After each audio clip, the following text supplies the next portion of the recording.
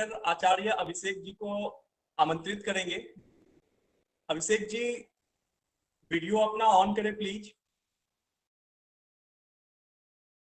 अभिषेक जी, सुन पा रहे हैं आप?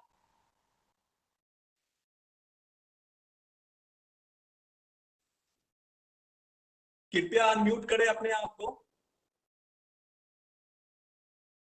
प्लीज आप स्टार्ट करिए अपना सेशन।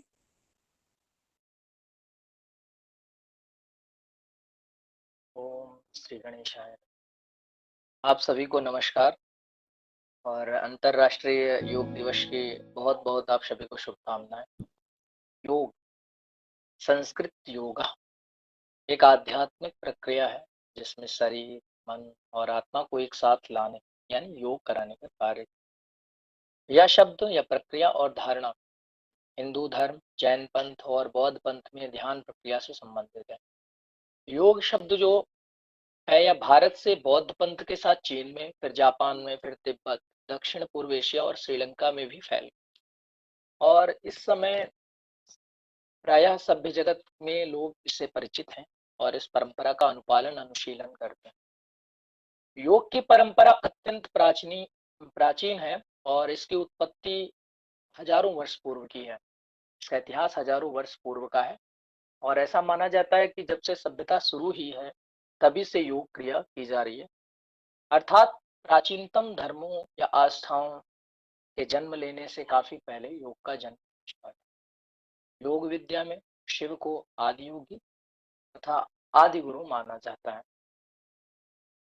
जैसा कि आप सब जानते हैं कि प्राचीन परंपरा में भगवान शंकर के बाद वैदिक ऋषि मुनियों से ही योग का प्रारंभ माना जाता है। बाद में भगवान श्री कृष्ण ने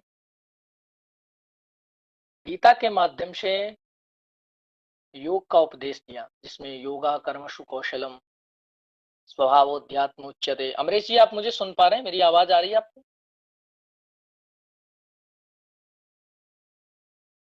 आप लोग मुझे सुन पा रहे हैं?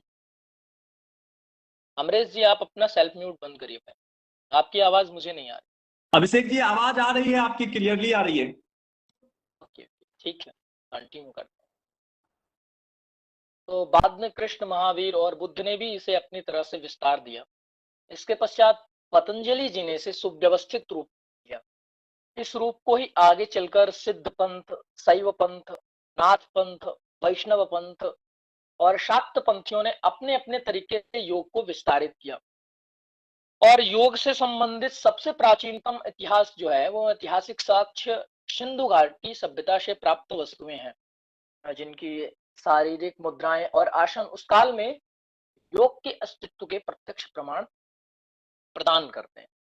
तो योग के इतिहास पर यदि हम दृष्टिगत करें तो इसके प्रारंभ या अंत का कोई प्रमाण नहीं मिलता है, लेकिन योग का वर्णन सर्वप्रथम वेदों में प्राप्त होता है और वेद सबसे प्राचीन साहित्य माने जाते हैं, चाहे वो पाश्चात्य संस्कृति के इतिहासकार हों अथवा तो वर्तमान भारत के इतिहासकार हों, चाहे बौद्ध इतिहासकार हों अथवा तो जैनी हो गए ना, सूफी संत हो गए। जितने भी इतिहासकार हुए उनका सबका मानना यही है कि सबसे प्राचीन जो साहित्य है वो साहित्य वेद है। और योग की शुरुआत भारत से हुई थी और आज के समय में भारत देश के कई राज्यों में योग पर ध्यान दिया जाता है और यह विस्तारित होते होते कई देशों में फैल गया। भारत में सबसे आगे उत्तराखंड राज्य है। उत्तराखंड में ऋषिकेश को योग की नगरी कहा जाता है, जिसका एक नाम कांची नगरी भी है। सबसे पहले 11 दिसंबर 2014 को संयुक्त राष्ट्र महासभा ने 21 जून को विश्व योग दिवस के रूप में मनाने की अनुमति प्रदान की, मान्यता प्रदान की। तो कहने का तात्पर्य है कि परिभाषा ऐसी होनी चाहिए जो अव्याप्ति और अतिव्याप्ति दोषों से मुक्त हो। योग शब्द के वाच्यार्थ का ऐसा लक्षण बतला सके जो प्रत्येक प्रसंग के लिए उपयुक्त हो और योग के सिवाय किसी अन्य वस्तु के लिए उपयुक्त न हो। भगवत गीता एक प्रतिष्ठित ग्रंथ माना जाता है।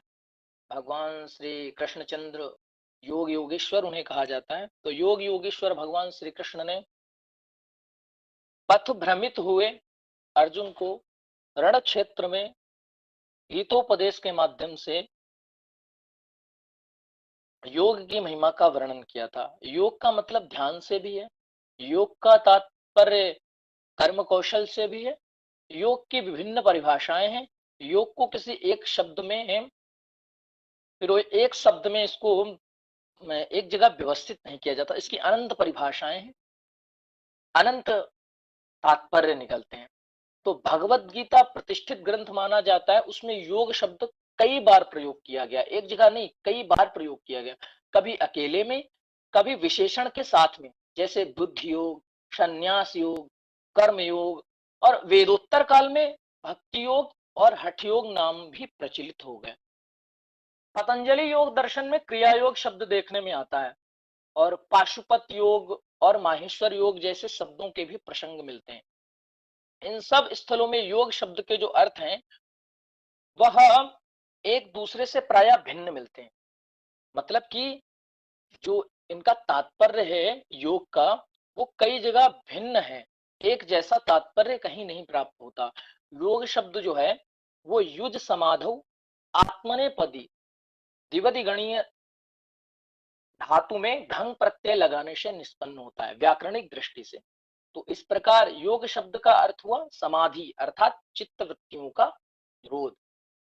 वैसे योग शब्द युजिर योग तथा युज संयमने धातु से भी निष्पन्न होता है, किंतु तब स्थिति में योग शब्द का अर्थ क्रमशः योगफल, जोड़ तथा नियमन होगा।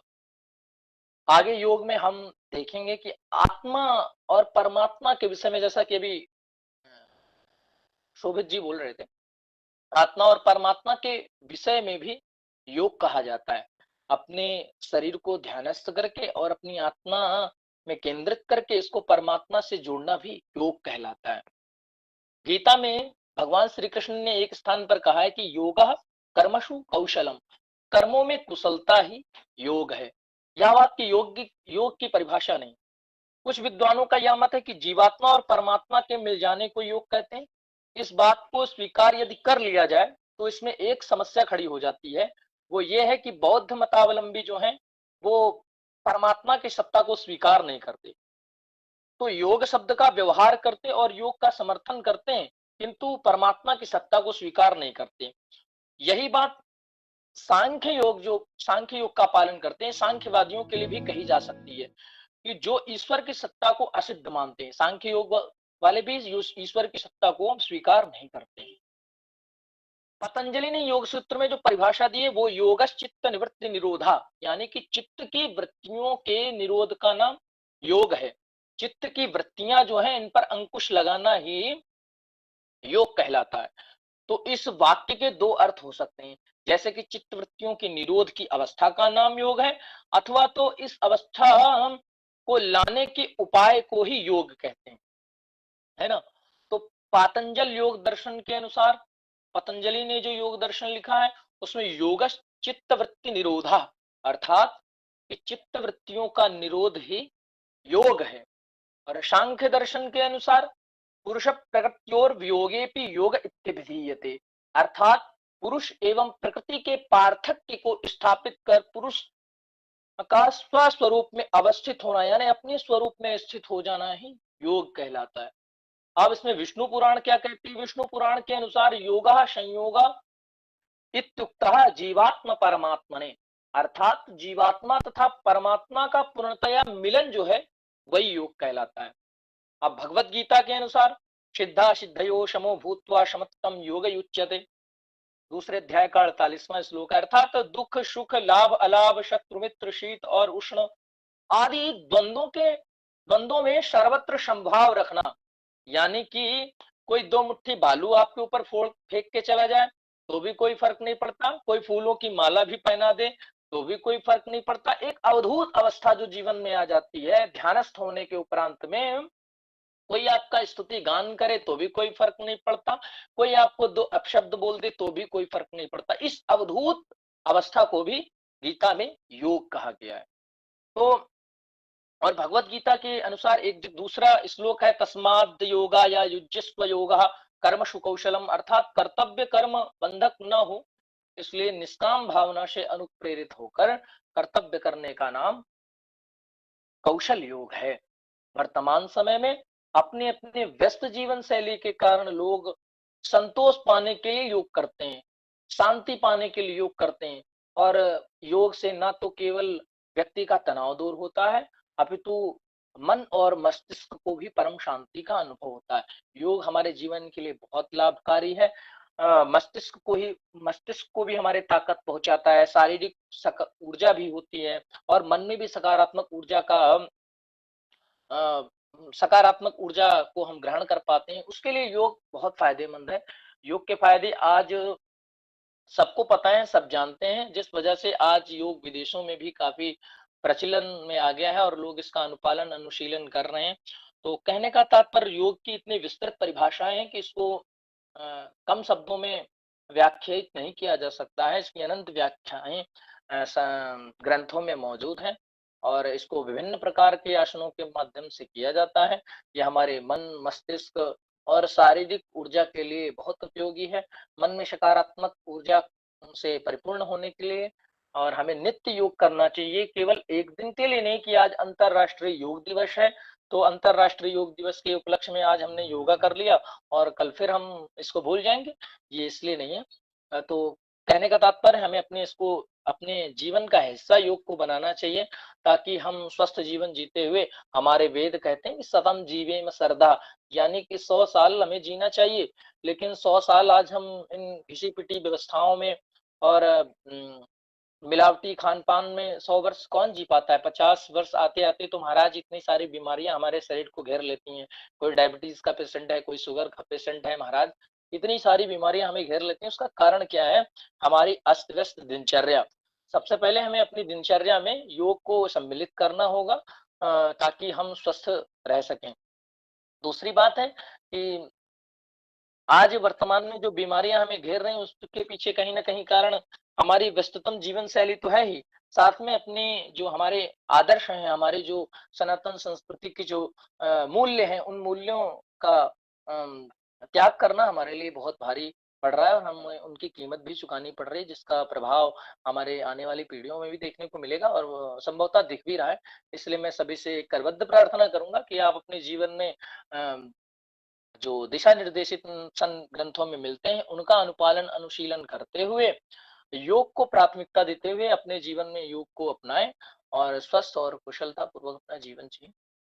बस यहीं से मैं अपनी वाणी को विराम करूंगा। अमरीश जी आगे इसको कंटिन्यू करेंगे। सभी को धन्यवाद। एक बार पुनः आप सभी को अंतरराष्ट्रीय योग दिवस की शुभकामनाएं एवं बधाई। नमस्कार।